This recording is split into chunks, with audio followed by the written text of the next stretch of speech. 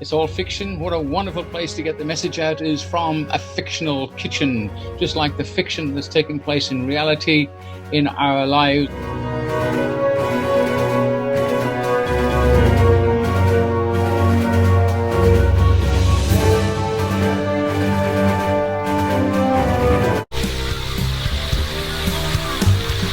The study of masonry deals with how to manage people, how to manage all the communication skills, government, banking, numerology, worldwide. Doesn't matter what your language is, all world leaders belong to the Masonic Order, and they act together. Good morning. I'm sorry I've been away from my desk for much longer than I would have liked, and I want to thank everybody who has stepped up, in particular the First Secretary of State, Dominic Raab, who's done a terrific job. But once again, I want to thank you, the people of this country, for the sheer grit and guts you've shown and are continuing to show every day. And it is still true that this is the biggest single challenge this country has faced since the war. And I in no way minimize the continuing problems we face. And yet it is also true that we are making progress. And thanks to your forbearance, your good sense, your altruism, your spirit of community, thanks to our collective national resolve, we are on the brink of achieving that first clear mission. And that is how and why we are now beginning to turn the tide. Then this is the moment when we have begun together to wrestle it to the floor. And so it follows that this is the moment of opportunity. This is the moment when we can press home our advantage. It is also the moment of maximum risk, because I know there will be many people looking now at our apparent success and beginning to wonder whether now is the time to go easy on those social distancing measures. And I know how hard and how stressful it has been to give up, even temporarily, those ancient and basic freedoms.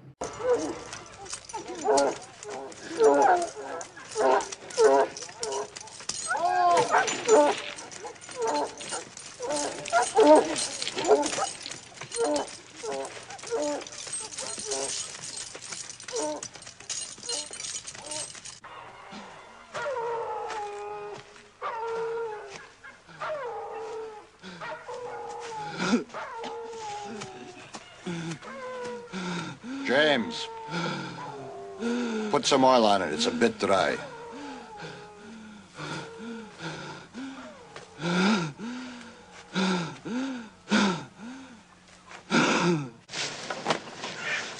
Take him up.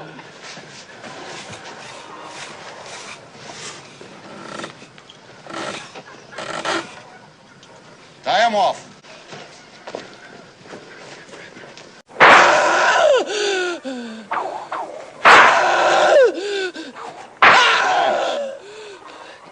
Your name is Toby.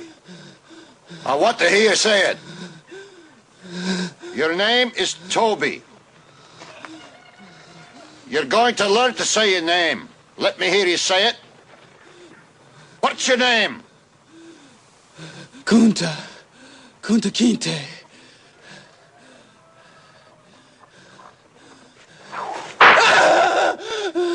When the master gives you something, you take it. He gave you a name. It's a nice name. It's Toby. And it's going to be yours till the day you die. Now, I know you understand me, and I want to hear it. Again!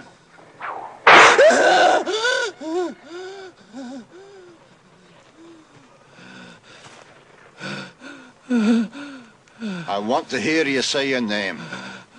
Your name is Toby. What's your name? Gunther.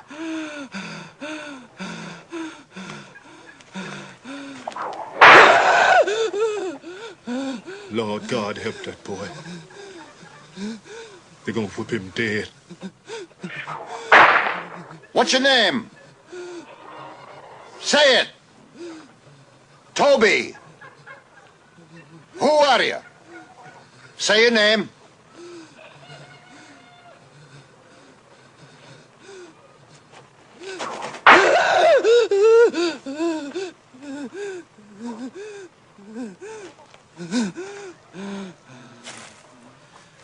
What's your name? Toby.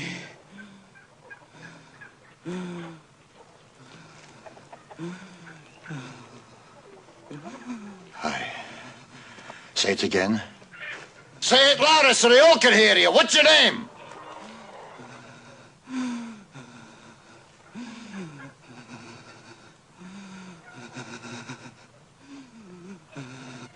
Toby. My name is Toby. You are not that name. You know, you think you are, you know, you're taught you are, but you're not. One is the real entity, which is the human being, the flesh and blood, and the other is a legal fiction, a fictional entity that is nothing more than a piece of paper, the birth certificate. Again, we're duped into believing that these are one in the same, and so we're tricked into representing the legal fiction, the straw man, that birth certificate. So when people get fines and things like that, it's actually consulting the legal fiction, the non-existent entity, the corporate entity that is owned by corporations. The legal system cannot deal with humans. It can only deal with pieces of paper. Only common law can deal with humans. So at your birth, they created a piece of paper with your name on it, in capitals, just like any other corporation. What's your name? Toby. You are a slave, and you're in a metaphorical cage that, just like Neo, you cannot touch, taste, or smell. A prison created by the mind of man. Governments essentially run human farms and feed you the perception of freedom. Governments do not make money within themselves. The government's primary function is to trick money out of your pocket and feed it into their business, so they can carry on with wars, deception, and human farming, all in plain sight. In this society, there is no way of actually living free at this point. I've had the idea to find some land somewhere, you know, buy a piece of land and build my own house and live apart from the system. The system will not allow you to do that. They will come for you and kick you off your own land and force you to live the way they want you to live.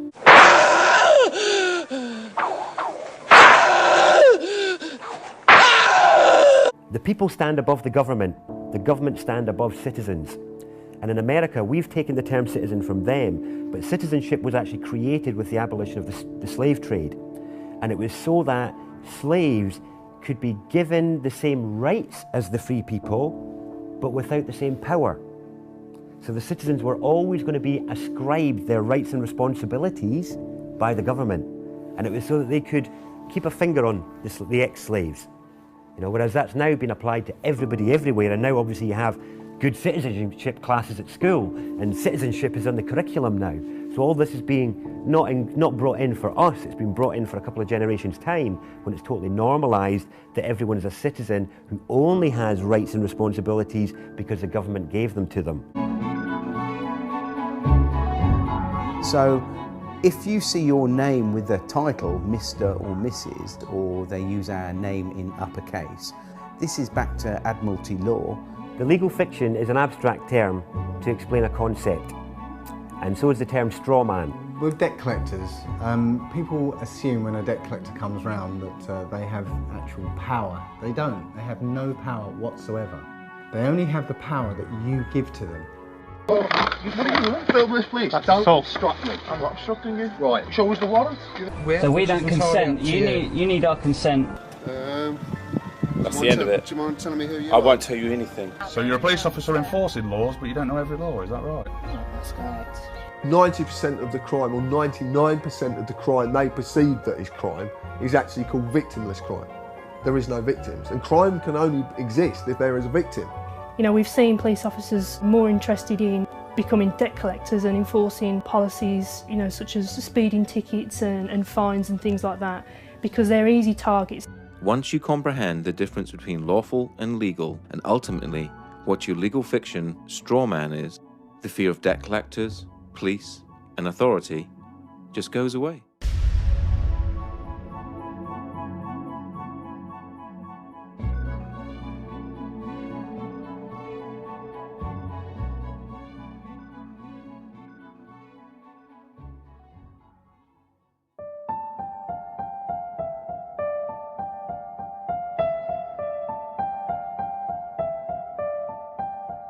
If you live in the UK, you are led to believe that the Queen is the only sovereign. This is wrong. The Queen is given authority through the coronation oath. Her oath was a binding contract between the Crown and the people of this nation.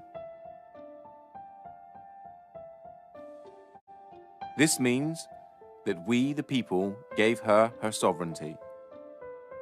And as everyone knows, you can't give away something you do not possess yourself. That means that each and every one of us is sovereign. We each have supreme independent authority over our own flesh and blood human body. The problem is, we have forgotten we are powerful. We have forgotten that we belong to and are part of one of the most amazing species that to our knowledge has ever existed.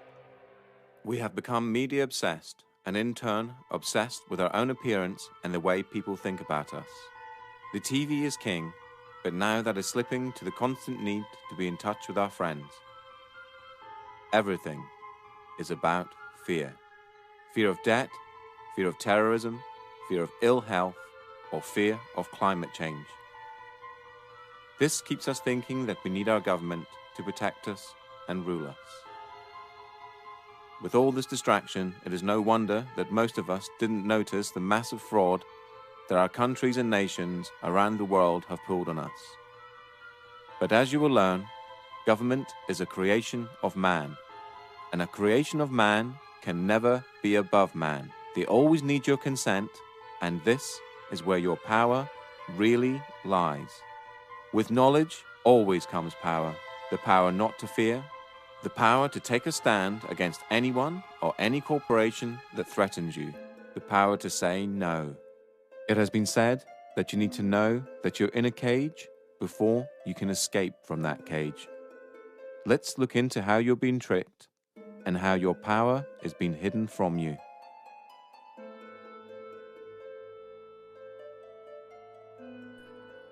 If you've never heard of the terms legal fiction or straw man, then what you're about to learn is something that sounds so astonishing that it couldn't possibly be true. If I were to tell you that paying your tax, getting a driver's license, registering your car, paying fines, and attending court are all optional and that you are conned into agreeing with them, what would you think? All statutes and acts are optional too. Your straw man is a fictitious legal entity created at your birth through your birth certificate and the registration of that birth. Okay, my understanding of the legal fiction, which is also referred to as the straw man, the way I explain it when I do talks, I keep it really, really simple. And what I do, I liken it to a game of Monopoly. Now, in a game of Monopoly, you actually have a little token like a dog or a battleship or a hat, you know, like a little top hat, and you move it around the board. Now, I believe that they actually give us a fictional entity which we can actually use or not use. And I believe this is and a lot of other researchers do as well, that this is your name in either uppercase or with a title. You have any interactions with the bureaucracy, okay? They're not interacting with you, they're actually interacting with your legal fiction, because they can't deal with a flesh and blood human. Yeah, they have to deal with another corporation. When you start to break down the words that we use and you start to look at the roots of all these words, and you actually look at what these words actually really mean, you start to get an idea of what's going on. The word corporation is very, very specific, because it's corp and oration, it's dead speak. So a corporation is something that's dead. It's an entity that exists only in a legal framework. It doesn't exist in any other framework at all. It only becomes an entity through legal mechanisms and legal means. In essence, when you were born and far too young to understand, a company with your name was created through your birth certificate. When your parents registered your birth, they actually created a company and handed ownership of that company and you over to the state. It is important to remember that your parents were tricked and had no idea this was happening. This is why the state can take children from their families and it not be classed as kidnapping. They own your child.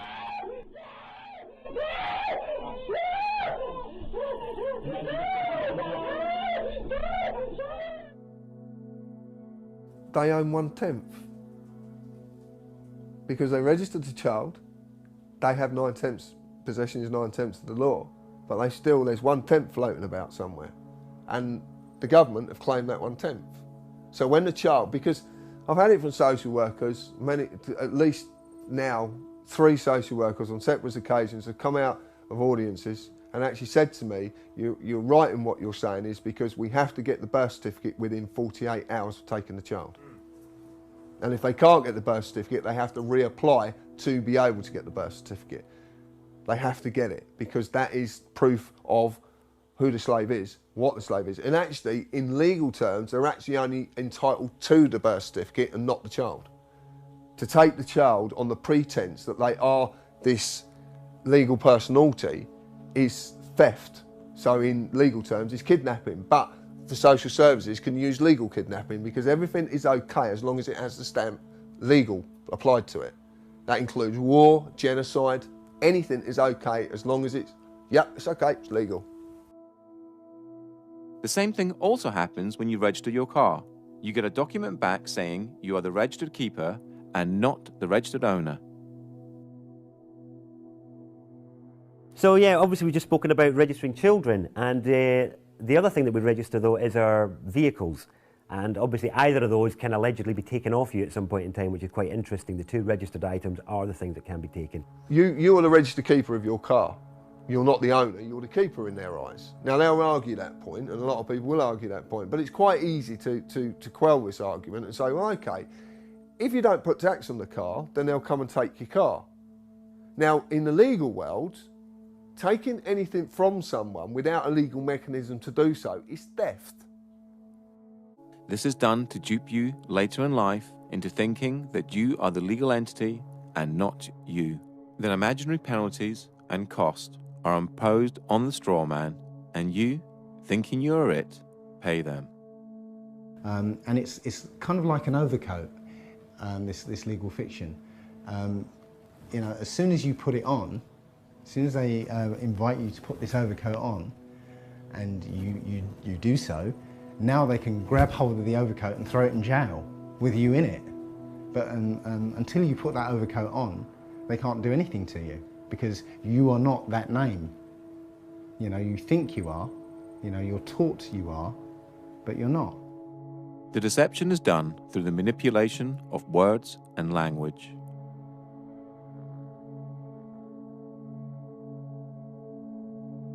But that to me is legalese. It's just jargon that no one really understands, and because no one really understands it, no one ever questions it.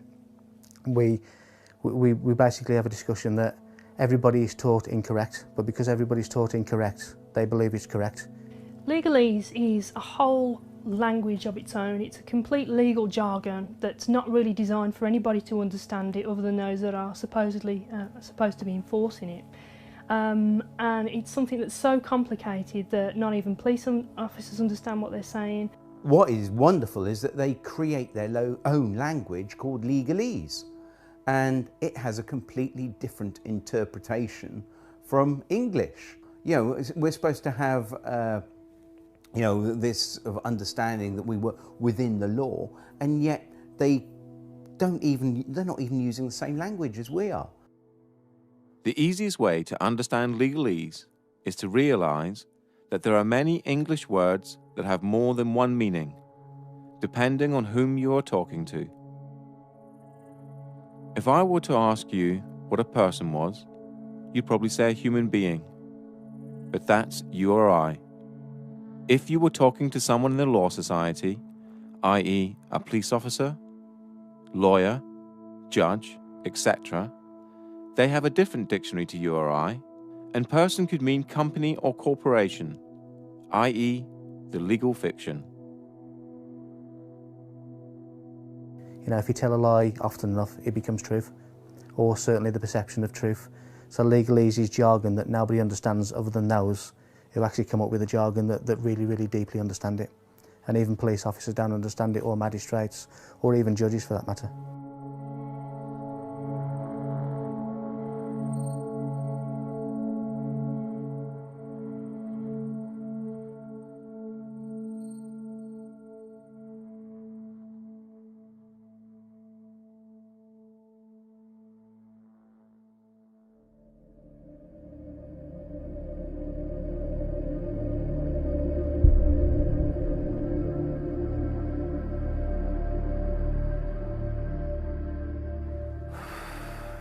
Tax is probably the best way, the only way better than fractional reserve banking to starve a community is taxation. And it wouldn't be that case if the tax was actually spent on the people and on the land, but because it's not, it becomes a starving of the people. This again comes back to corruption. And tax would be fine. We'd be living in an amazing health service, incredible roads, all the rest of it, if all the money that went into the taxation pot was paid for what it was supposed to be for. My understanding is it isn't. The problem that we have is the implications for its non-use is that, other than fraud, it's the only debt that can deprive you of your liberty. It's the only debt that they can put you in jail for is tax evasion or tax fraud, which is pretty serious really, because you can ignore as many credit cards or loans as you like and you can never be put in jail for any of that. But if you try and not pay your tax for a while, they'll really like to let you know about that. Funny thing is, I don't see many representatives of people like Amazon or big corporates that aren't paying their tax in the slammer. Maybe they should be. Income tax in the UK first started in 1799 as a temporary measure to cover the costs of the Napoleonic Wars. It is still a temporary tax today, which expires each year on the 5th of April and has to be renewed as a provision in the annual financial bill. Income tax was withdrawn in 1816, but was re-established in 1842 and has stayed since. Because of this, human beings are the only creatures on the planet that pay to live on it. The government does not own the product of your labor. If they did, you would be a slave.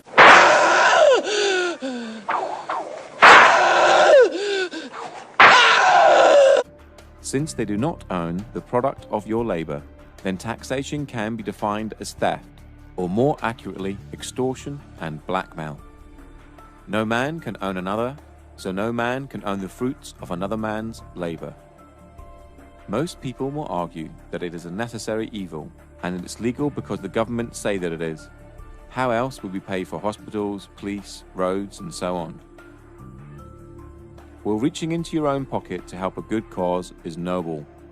Reaching into someone else's pocket under the threat of force is despicable. Here is a quick analogy. I run a construction firm, and I knock at your door and demand £10,000 to build an extension, or I'll take all your stuff and throw you in a cage. Essentially, that's what the government do when they tax you. They say they're going to supply you with services and protect you, but if you don't pay them, just like the mafia, they are the ones that come after you and use force and violence to get the money out of you. The trouble is, most people never look at these situations from these angles, and so rarely see the deception that is constantly being pulled over our eyes. A large percentage of all the tax you pay is used on war, bailing out the banks, and paying off the national debt. It has been calculated that 47% of all your income is spent on tax. You work 5 to 6 days a week and get to keep 54% of your wages. Then you have to pay for your mortgage or rent, gas, electricity, water, food, clothes, and that's just the basics. No wonder both parents have to work and work constantly, unlike families of just 50 years ago. They have no lawful basis for whatever they do. There's, they might claim they have a legal basis. Now, legal is a different thing altogether. It's essentially based on contract. You have to contract with them before it becomes law. This is a prison without bars. This is a prison without big walls to keep them in. It's just a prison of the mind. The main implication of not paying tax is that you'll grow a set of balls and you'll turn into an adult. That's the main implication.